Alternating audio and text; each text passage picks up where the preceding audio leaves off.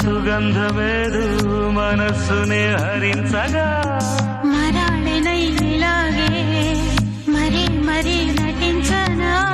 విహారినయ్యవాడే దివి భువి స్పృశించనా గ్రహములు పాడిన పల్లవికి జాబిలి ఊగెనులే కొమ్మను తాకి